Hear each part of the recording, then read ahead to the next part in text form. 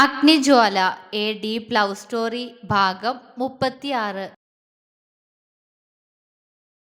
ചിത്തിര ജ്വാലയെ കിച്ചണിൽ ജോലിയൊന്നും ചെയ്യിപ്പിച്ചിരുന്നില്ല. അവൾ അവരെ സഹായിക്കാൻ ഒന്ന് രണ്ട് തവണ അങ്ങോട്ട് പോയെങ്കിലും ചിത്തിര അവളെ ഓടിച്ചു വിടും. മുത്തശ്ശിമാരിന്ന് തിരികെ പോകുന്നതുകൊണ്ട് തന്നെ മോഹൻ ഇന്ന് ഓഫീസിൽ പോയിരുന്നില്ല. രണ്ടുപേരെയും കൊണ്ടുപോവാൻ അവരുടെ ആള് വരാമെന്ന് പറഞ്ഞിരുന്നെങ്കിലും മോഹന്റെ അനിയൻ മധുവിന് പെട്ടെന്നെന്തോ അത്യാവശ്യം ഉള്ളതുകൊണ്ട് അയാൾ മോഹനോട് വസുന്ധരയെ കൊണ്ടുവന്നാക്കാമോ എന്ന് വിളിച്ചു ചോദിച്ചിരുന്നു. അങ്ങനെയെങ്കിൽ നാളെ അമ്മയെ കൊണ്ടുപോയാൽ പോരെ എന്ന ചോദ്യത്തിന് മക്കൾക്കും ഭാര്യയ്ക്കും അമ്മയെ കാണാൻ ആഗ്രഹമുണ്ടെന്നാണ് അയാൾ പറഞ്ഞത്. അത് സത്യമായതുകൊണ്ട് തന്നെ മോഹൻ വസുന്ധരയെ വീട്ടിൽ കൊണ്ടുപോയി ആക്കാമെന്ന് വാക്ക് നൽകി. മിനിയും വസുന്ധരയും പൂവാറായി എന്ന് കണ്ടതും ജ്വാല കരച്ചിൽ തുടങ്ങി. കാരണം അവൾക്ക് ഈ 2 ദിവസങ്ങൾ കൊണ്ട് തന്നെ അവരോട് സ്നേഹം തോന്നി തുടങ്ങിയിരുന്നു. മുത്തശ്ശിമാരിൽ അവൾ അവളുടെ സ്വന്തം മുത്തശ്ശിയെ തന്നെയാണ് കണ്ടത്. അതുകൊണ്ട് തന്നെ അവർ മടങ്ങിപ്പോകുന്നു എന്ന് കേട്ടപ്പോൾ അവൾക്ക് സങ്കടം തോന്നി. അവളുടെ കരച്ചിൽ കണ്ട് ചിത്രയും മോഹനും അവളെ ആശ്വസിപ്പിച്ചെങ്കിലും അത് അവളുടെ സങ്കടം കൂട്ടുകയാണ് ചെയ്തത്. മുത്തശ്ശിമാർ രണ്ടുപേരും പരസ്പരം മുഖത്തോട് മുഖം നോക്കി അവളുടെ മുഖത്തേക്കൊരു കള്ളച്ചിരിയോടെ നോക്കി. അവരുടെ നോട്ടം കണ്ട് ജ്വാല കണ്ണു തുടച്ച് അവരെ സംശയത്തോടെ നോക്കി. ഞങ്ങൾ പോയിട്ട് വേഗം വരണമെന്നുണ്ടോ കുട്ടിക്ക്? മിനി കുറുമ്പോടെ ചോദിച്ചു. അമ്മമ്മേ, വേഗം വരുമോ? എനിക്ക് സങ്കടം വരിക, അതുകൊണ്ടാ, അവൾ തേങ്ങിക്കൊണ്ട് പറഞ്ഞു. മിനി വാത്സല്യത്തോടെ അവളുടെ കവിളിൽ തലോടി. ഇനി ഞങ്ങള് അത്ര പെട്ടെന്നൊന്നും വരില്ല കേട്ടോ മോളെ.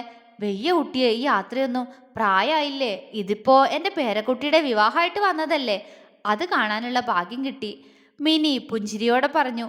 ജ്വാലയുടെ കണ്ണുകൾ വീണ്ടും നിറഞ്ഞു. അപ്പോ അപ്പനി ഇങ്ങോട്ട് വരില്ലേ അമ്മമ്മേ? അച്ഛമ്മ വരില്ലേ? അവൾ വിതുമ്പിക്കൊണ്ട് ചോദിച്ചു. കണ്ണനെയും കൂട്ടി സമയം കിട്ടുമ്പോൾ അങ്ങോട്ട് വായന്റെ കുട്ടി. ഈശ്വരന് ആയുസ് നീട്ടിത്തരികയാണെങ്കിൽ ഇനി ഇങ്ങോട്ടൊരു വരവ് അത് അപ്പൂന്റെ വിവാഹത്തിനായിരിക്കും.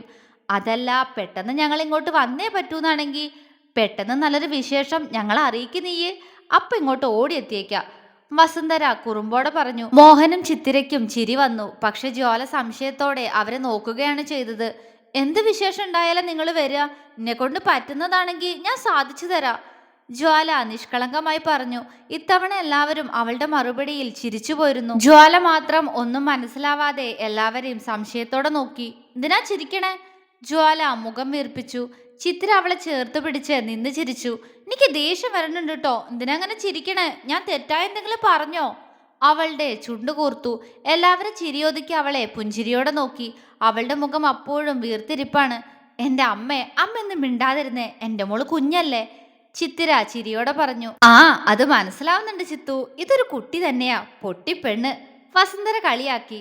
അച്ഛമ്മേ, ജ്വാല അവരെ തുറച്ചു നോക്കിക്കൊണ്ട് വിളിച്ചു. വസുന്ധര ചിരിയോടെ അവളുടെ കവിളിൽ നുള്ളി. ഞാൻ വെറുതെ പറഞ്ഞതാ മോളെ, വിശേഷം എന്ന് വെച്ചാ എന്താന്ന് പോലും നിനക്ക് അറിഞ്ഞൂടെ, വല്ലാത്ത കാര്യായി, വസുന്ധര പറഞ്ഞു.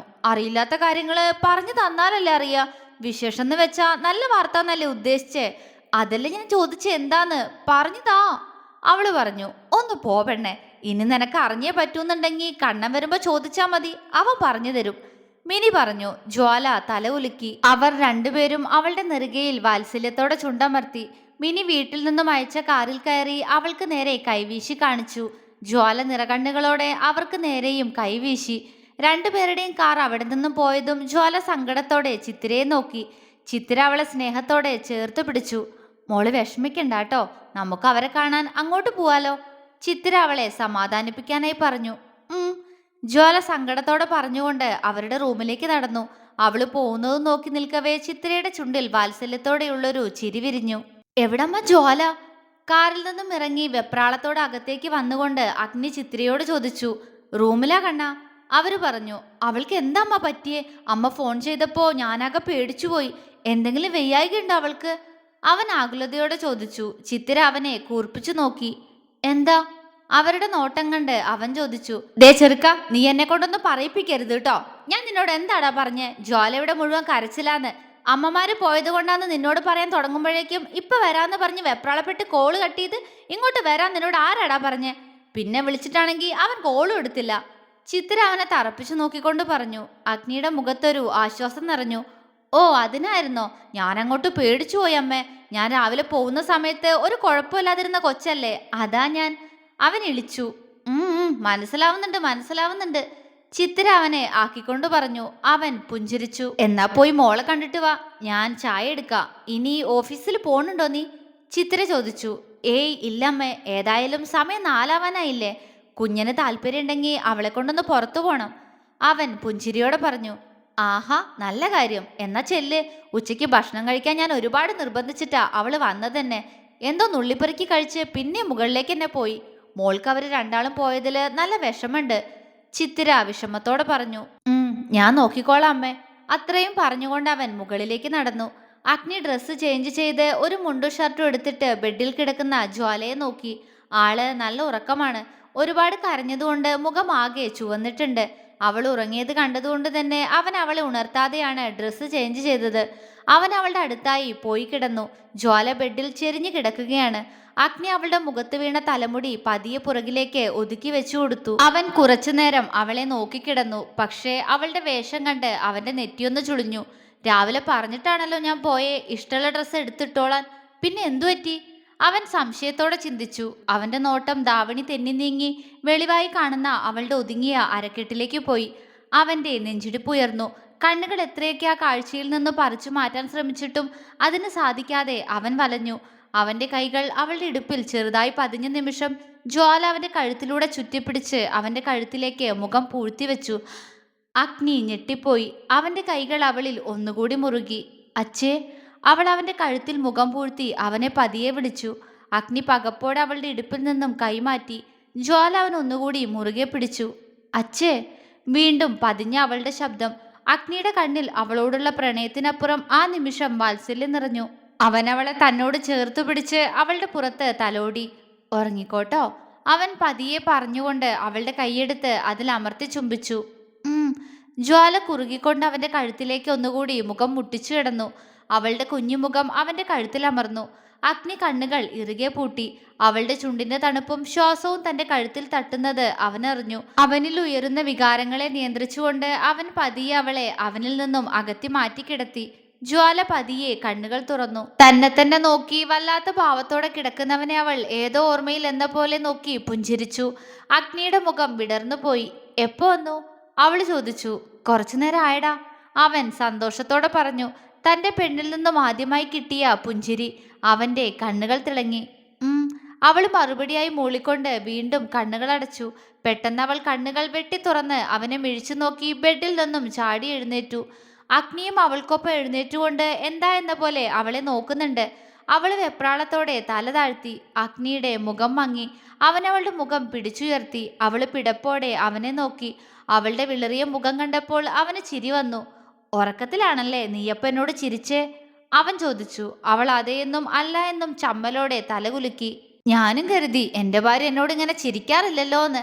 അവൻ ചിരിയോടെ അവളുടെ കവിളിൽ ഒന്നു പിച്ചി. അവൾ അവനെ കൂർപ്പിച്ചു നോക്കി. അഗ്നി പുഞ്ചിരിയോടെ ജ്വാലയുടെ അടുത്തേക്ക് നീങ്ങിയിരുന്ന് അവളുടെ ഇടുപ്പിലൂടെ കൈയിട്ട് അവളെ ചുറ്റിപ്പിടിച്ച് അവന്റെ നെഞ്ചിലേക്ക് അവളുടെ മുഖം അമർത്തി വെച്ചു. വിട്, അവൾ പിടഞ്ഞുകൊണ്ട് പറഞ്ഞു.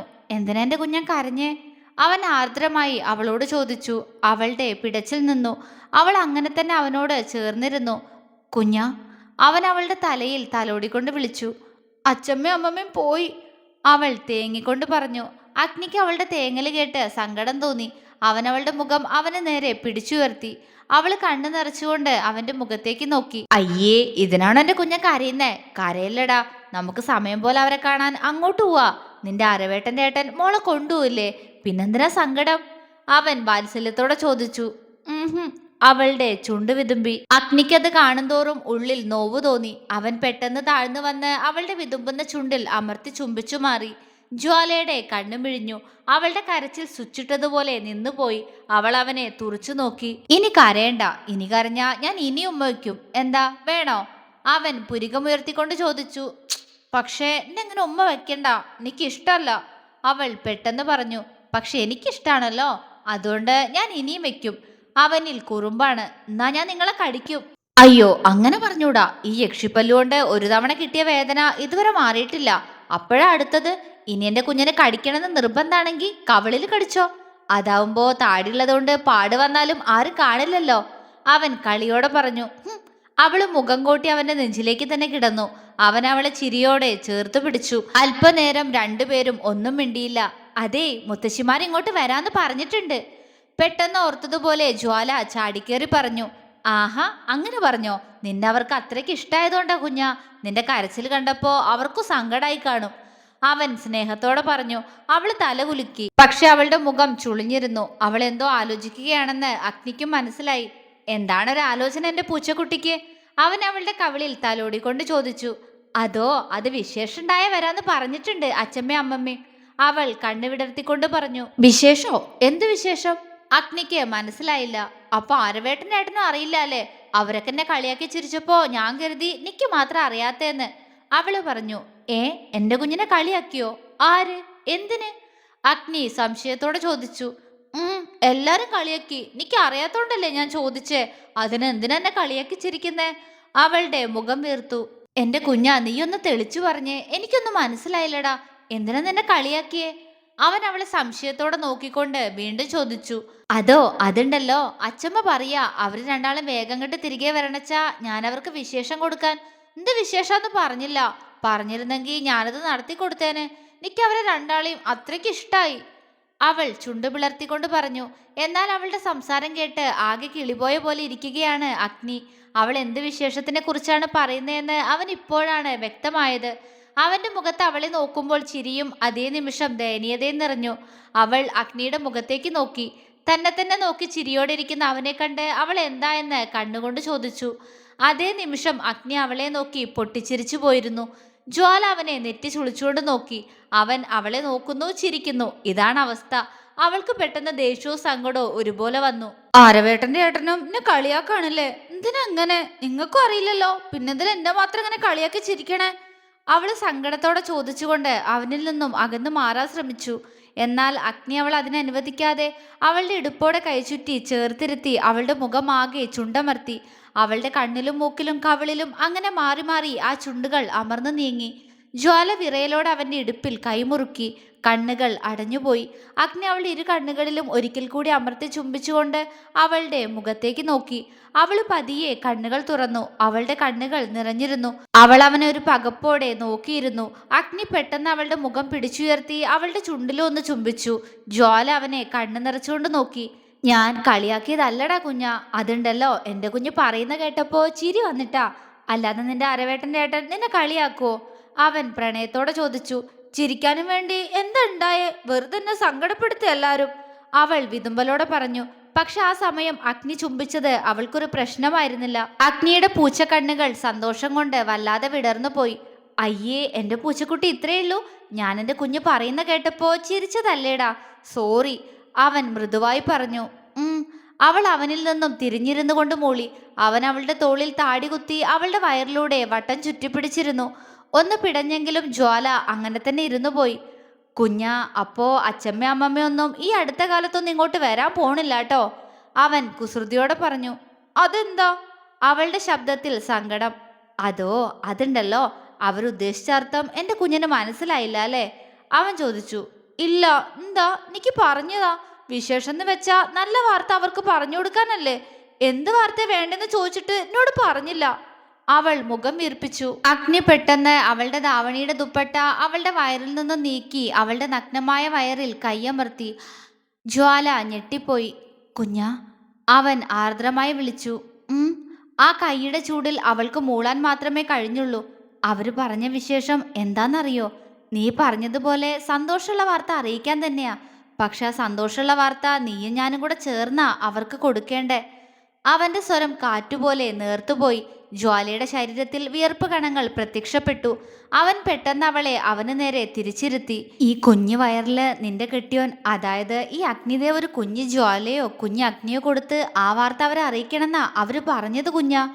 അവൻ പ്രണയത്തോടെ പറഞ്ഞു. ജ്വാല അവനെ പകപ്പോടെ നോക്കി. അവൻ ചിരിയോടെ അവളെ നോക്കി കണ്ണു ചിമ്മി. അതിനെന്തിനീ പൂച്ചക്കണ്ണിങ്ങനെ മിഴിക്കുന്ന എന്റെ പൂച്ചക്കുട്ടി? ഇനി ആരെങ്കിലും ചോദിച്ചാ വാവ അഗ്നിയേട്ട ഇപ്പൊ തരില്ലാന്ന് പറഞ്ഞേക്ക്. അവൻ കുറുമ്പോടെ പറഞ്ഞു. അവൾ വെപ്രാളത്തോടെ തല താഴ്ത്തിപ്പിടിച്ചു. അവൻ ചിരിയോടെ അവളുടെ മുഖം അങ്ങനെ പിടിച്ചുയർത്തി. ചമ്മണ്ടാട്ടോ, എന്റെ കുഞ്ഞിനെ അറിയാത്തോണ്ടല്ലേ? അവൻ സ്നേഹത്തോടെ പറഞ്ഞു. അവൾ വെറുതെ തല കുലുക്കിയതേയുള്ളൂ. പക്ഷെ അവൾക്ക് അവനെ നോക്കാൻ എന്തോ വല്ലായ്മ തോന്നി. തുടരും.